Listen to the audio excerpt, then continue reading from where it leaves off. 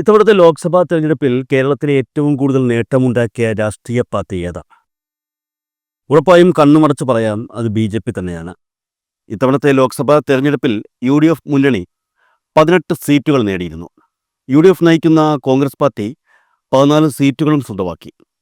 എന്നിട്ടും നേട്ടം കൊയ്തത് ബി.ജെ.പിയും എൻ.ഡി.എ മുന്നണിയുമാണ്. അങ്ങനെ പറയാൻ കാരണമുണ്ട്. 2019 ലോക്സഭാ തെരഞ്ഞെടുപ്പിൽ 20-ൽ 19 സീറ്റുകളും സ്വന്തമാക്കിയത് യു.ഡി.എഫ് മുന്നണിയായിരുന്നു. ഇത്തവണ അത് 18ആയി കുറഞ്ഞു. കഴിഞ്ഞ തവണ 15 സീറ്റുകൾ സ്വന്തമാക്കിയ കോൺഗ്രസിന് ഇത്തവണ ഒരെണ്ണം കുറഞ്ഞു 14 എണ്ണമേ നേടാൻ കഴിഞ്ഞുള്ളൂ. അതേസമയം ബി.ജെ.പിയും എൻ.ഡി.എ മുന്നണിയും 0-ൽ നിന്ന് 1-ലേക്ക് അവരുടെ സീറ്റ് വർദ്ധിപ്പിച്ചു. എൽ.ഡി.എഫും സി.പി.എമ്മും പഴയതുപോലെ തന്നെ ഒരു സീറ്റിൽ ഒതുങ്ങി. ഈ കണക്ക് നോക്കുമ്പോൾ നമുക്ക് മനസ്സിലാകും, ഉറപ്പായും നേട്ടമുണ്ടാക്കിയത് ബി.ജെ.പി തന്നെയാണ്. ഇലക്ഷൻ കഴിഞ്ഞതിന് പിന്നാലെ പുറത്തുവന്ന ബി.ജെ.പിയുടെ വോട്ടിംഗ് ശതമാനത്തിൻ്റെ കണക്കുകൾ നോക്കിയാൽ 2019-നേക്കാൾ കൂടുതൽ വോട്ടുകളാണ് ഇത്തവണത്തെ സ്ഥാനാർത്ഥികൾ തെരഞ്ഞെടുപ്പിൽ നേടിയതെന്ന് മനസ്സിലാകും. തൃശ്ശൂരിൽ 1 ലക്ഷത്തിലധികം വോട്ടിൻ്റെ വർധനവാണ് കാണാൻ കഴിയുന്നത്. അതുപോലെ തന്നെ ബി.ജെ.പി വലിയ മുന്നേറ്റം കാഴ്ചവെച്ച തിരുവനന്തപുരത്തും ആറ്റിങ്ങലിലും ആലപ്പുഴയിലും എല്ലാം വോട്ടുകളിൽ വൻ വർധനവാണ് ഉണ്ടായിരിക്കുന്നത്. ചുരുക്കി പറഞ്ഞാൽ ഈ ലോക്സഭാ തെരഞ്ഞെടുപ്പിൽ ബി.ജെ.പി സ്ഥാനാർത്ഥികൾ അത്യാവശ്യം നല്ല പ്രകടനം കാഴ്ചവച്ചിട്ടുണ്ട് എന്ന് തന്നെ മനസ്സിലാക്കാം. എന്നാൽ ഒരാളെ, അതായത് ഒരു സംഖ്യയെ ജനങ്ങൾ നിഷ്കരുണം തള്ളിക്കളഞ്ഞ കാഴ്ചയും ഈ തെരഞ്ഞെടുപ്പിൽ നമുക്ക് കാണാൻ കഴിഞ്ഞു. ഇത്തവണത്തെ ലോക്സഭാ തെരഞ്ഞെടുപ്പിൽ കേരളത്തിൽ 20 മണ്ഡലങ്ങളിലും എൻ.ഡി.എ സ്ഥാനാർത്ഥികളുണ്ടായിരുന്നു. എൻ.ഡി.എ മുന്നണിയിൽ ബി.ജെ.പി 16 സീറ്റുകളിലാണ് മത്സരിച്ചത്. സഖ്യകക്ഷിയായ ബി.ഡി.ജെ.എസ് 4 സീറ്റുകളിലും മത്സരിച്ചു. ബി.ജെ.പി സ്ഥാനാർത്ഥികൾ മത്സരിച്ച 16 സീറ്റുകളിൽ ഏറ്റവും മോശം പ്രകടനം കാഴ്ചവെച്ചത് പത്തനംതിട്ട മണ്ഡലത്തിൽ അനിൽ ആന്റണിയാണ്. സംസ്ഥാനത്തെ ലോക്സഭാ സീറ്റുകളിൽ മത്സരിച്ച എല്ലാ ബി.ജെ.പി സ്ഥാനാർത്ഥികളും 2019-ലെ വോട്ട് ശതമാനം വർദ്ധിപ്പിച്ചപ്പോൾ അനിൽ ആന്റണി ഉണ്ടായിരുന്ന വോട്ട് 1/2 ലക്ഷത്തിലധികം കുറയ്ക്കുകയാണ് ചെയ്തിരിക്കുന്നത്.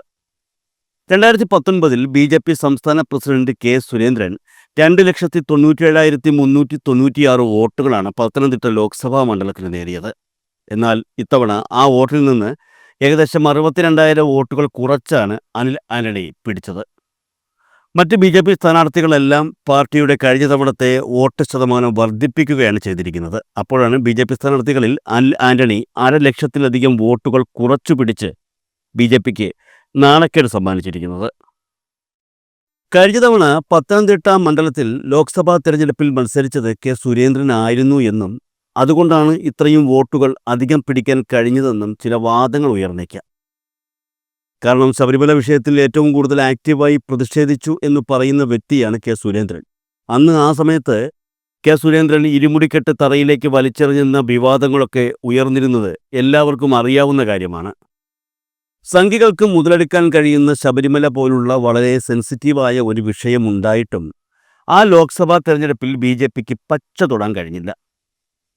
അത് എന്തുകൊണ്ടാണെന്ന് ചോദിച്ചാൽ ശബരിമല വിഷയത്തിൽ ബി.ജെ.പിയുടെ ഇടപെടലിലെ പൊള്ളത്തരം സാധാരണക്കാർക്ക് മനസ്സിലായി എന്നുള്ളതാണ്. അതിന് ഏറ്റവും കൂടുതൽ തരികിട പ്രവർത്തനങ്ങൾ കാഴ്ചവെച്ചത് കെ സുരേന്ദ്രനായിരുന്നു.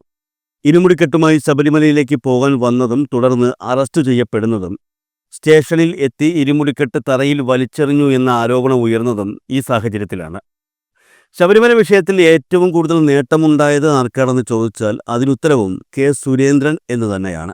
കാരണം സുപ്രീം കോടതിയുടെ ശബരിമല സ്ത്രീ പ്രവേശന വിധിക്കെതിരെ സമരം നടത്തിയ കെ സുരേന്ദ്രനെ ബി.ജെ.പി സംസ്ഥാന അധ്യക്ഷനായി മാറ്റുകയായിരുന്നു.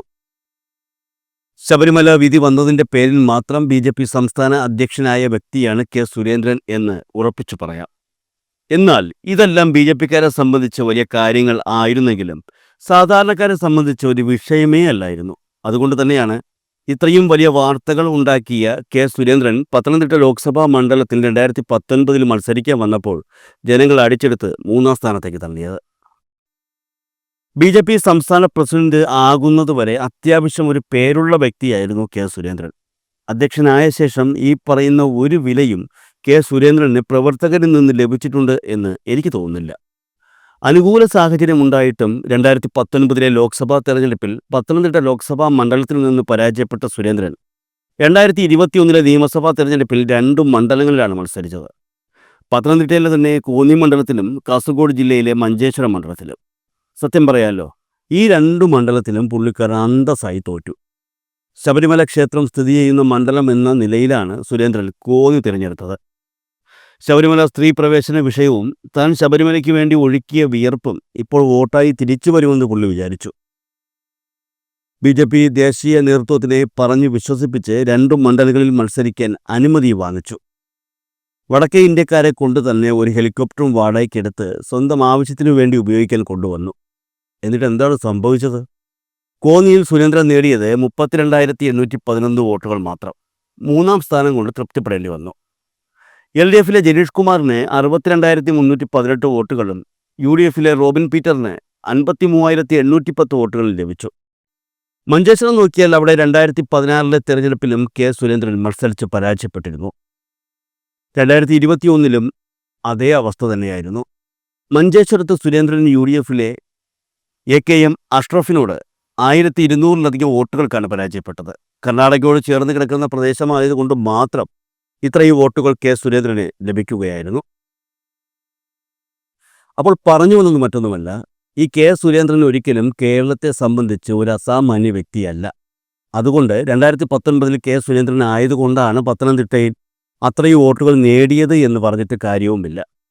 എൻ്റെ ഒരു അഭിപ്രായത്തിൽ കെ സുരേന്ദ്രനേക്കാൾ അനിൽ ആന്റണിക്ക് കേരളത്തിൽ പ്രാധാന്യമുണ്ട്.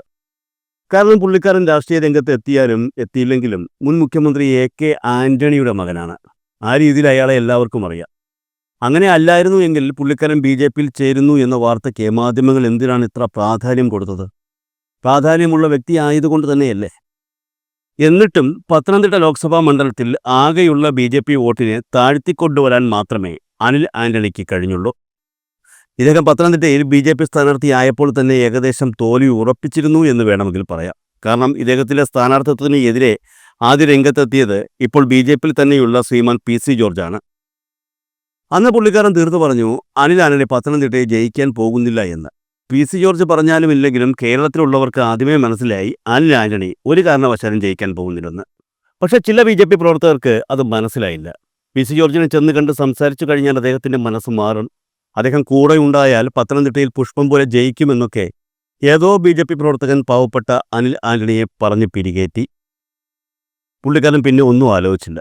നേരെ പോയി PC ജോർജിനെ കണ്ടു, സംസാരിച്ചു, പ്രശ്നങ്ങളൊക്കെ പറഞ്ഞു തീർത്തു, പായസം കുടിച്ചു, സന്തോഷത്തോടെ തിരിച്ചുപോയി. പക്ഷെ ഒരു കാര്യം മാത്രം അനിൽ ഓർത്തില്ല. സ്വന്തം നിയമസഭാ മണ്ഡലത്തിൽ സിറ്റിംഗ് MLA ആയിരുന്ന PCയെ ഒരു മനസാക്ഷിയും കൂടാതെ വലിച്ചിറക്കി താഴെയിട്ടവരാണ് അവിടുത്തെ ജനങ്ങൾ.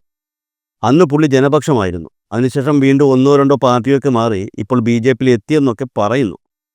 അന്ന് PCയെ വലിച്ചിറക്കി താഴെയിട്ട ആ ജനങ്ങൾക്ക് മുന്നിലാണ് തൻ്റെ കയ്യും പിടിച്ച് വോട്ട് ചോദിക്കാൻ വേണ്ടി ഇദ്ദേഹം പോകുന്നത് എന്ന് അനിൽ ഒന്ന് ആലോചിക്കണമായിരുന്നു. ഇനി എന്തൊക്കെ പറഞ്ഞാലും അനിൽ ആന്റണി എന്ന വ്യക്തിക്ക് സാധാരണക്കാരുടെ ഇടയിൽ ഒരു ഒറ്റുകാരൻ്റെ പരിവേഷമാണുള്ളത്. അതായത് നമ്മൾ ഈ പുല്ലുവില എന്നൊക്കെ പറയാറില്ലേ, അതേ വില തന്നെയാണ് അനിൽ ആന്റണിക്ക് ഇങ്ങ് കേരളത്തിൽ. എന്നാൽ പുള്ളിക്കാരന് കേരളത്തിൽ പുല്ലുവിലയാണെങ്കിലും അങ്ങ് ഉത്തരേന്ത്യയിൽ അങ്ങനെയല്ല എന്ന് പറയുകയാണ് BJPയിലെ മുതിർന്ന നേതാവായ MD രമേശ്. ഇവിടെ ഭൂരിഭാഗം പേരും തമാശയോടെ കാണുന്ന അനിൽ ആന്റണി അവിടെ ഉത്തരേന്ത്യയിൽ BJPയുടെ വലിയ നേതാവിനെ പോലെ എന്നാണ് MD രമേശ് പറയുന്നത്. പാർട്ടിക്ക് എന്ത് ഗുണമുണ്ടാകുന്നു എന്ന് നോക്കിയാണ് പൊളിറ്റിക്കൽ ബാക്ക്ഗ്രൗണ്ട് ഇല്ലാത്തവർക്ക് പോലും BJP പ്രത്യേക സ്ഥാനങ്ങൾ നൽകുന്നതെന്ന് MD രമേശ് വ്യക്തമാക്കുന്നു. അവരുടെ ബൂത്ത് തലം തൊട്ട് പ്രവർത്തിക്കണമെന്ന് പറയാൻ കഴിയില്ല.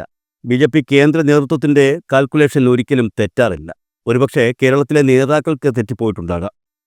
കേരളത്തിലെ ചില ആളുകളെ കൊണ്ട് ഇന്ത്യയിലെ മറ്റ് പ്രദേശങ്ങളിൽ എന്ത് പ്രയോജനമുണ്ടാകുന്നു എന്നാണ് കേന്ദ്ര നേതൃത്വം നോക്കുന്നതെന്നും MD രമേശ് വിലയിരുത്തുന്നു. ഈ പറഞ്ഞ കൂട്ടത്തിലാണ് അനിൽ ആന്റണിയെക്കുറിച്ചും MD രമേശ് പറഞ്ഞത്.